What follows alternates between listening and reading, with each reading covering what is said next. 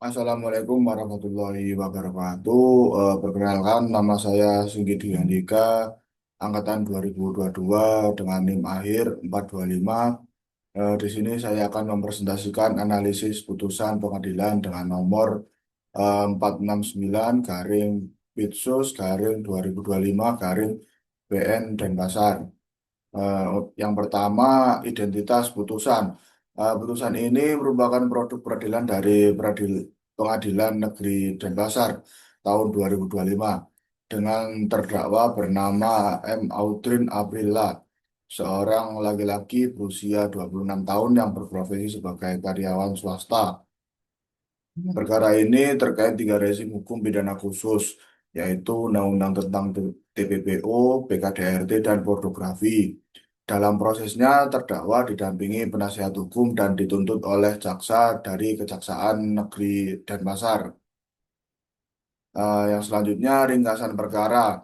Kasus bermula dari kondisi ekonomi keluarga yang sulit, sehingga terdakwa mengeksploitasi istrinya sebagai pekerja seks komersial melalui aplikasi micet.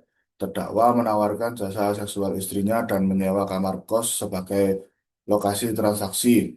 Eh, Tarif layanan berkisar antara 250.000 hingga 500.000 rupiah dengan barang bukti berupa satu unit telepon genggam dan 11 kondom. Yang selanjutnya dakwaan jaksa. Jaksa penuntut umum menyusun dakwaan secara alternatif. Dakwaan pertama adalah tindak pidana perdagangan orang berdasarkan Undang-Undang nomor 21 tahun 2007. Dakwaan kedua adalah tindak pidana kekerasan dalam rumah tangga berdasarkan Undang-Undang nomor 23 tahun 2004.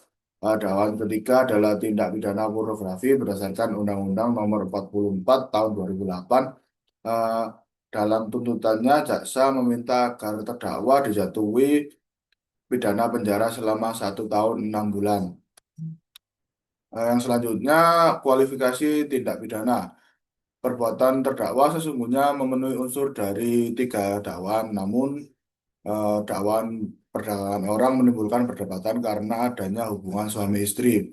Sedangkan dakwaan kekerasan dalam rumah tangga menyoroti pemaksaan seksual dalam lingkup domestik. Pada akhirnya, dakwaan pornografi dianggap paling mudah dibuktikan karena jelas terlihat dari penggunaan aplikasi daring untuk menawarkan jasa seksual.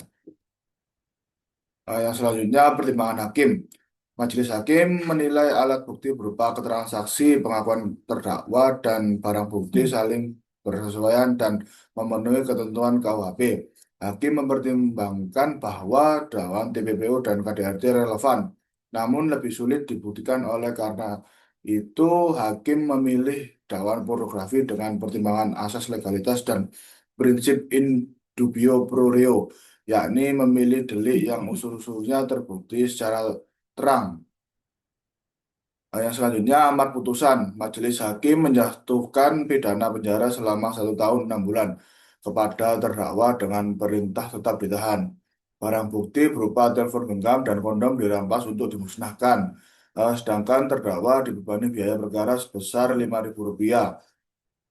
Hal yang memberatkan adalah terdakwa mengeksploitasi istrinya sendiri. Sementara hal yang meringankan adalah pengakuan, penyesalan, usia muda, dan tanggungan keluarga. Yang terakhir, kesimpulan putusan ini sah secara yuridis karena jelas menentukan jenis pidana dan lamanya. Namun dari segi perlindungan korban, putusan ini kurang optimal karena hakim lebih menekankan aspek pornografi daripada dimensi perdagangan orang dan kekerasan dalam rumah tangga. Kasus ini menunjukkan adanya tumpang tindih norma hukum pidana khusus dan perlunya pendekatan yang lebih berpihak pada korban eksploitasi seksual. Sekian dari saya. Terima kasih atas semua perhatiannya. Wassalamualaikum warahmatullahi wabarakatuh.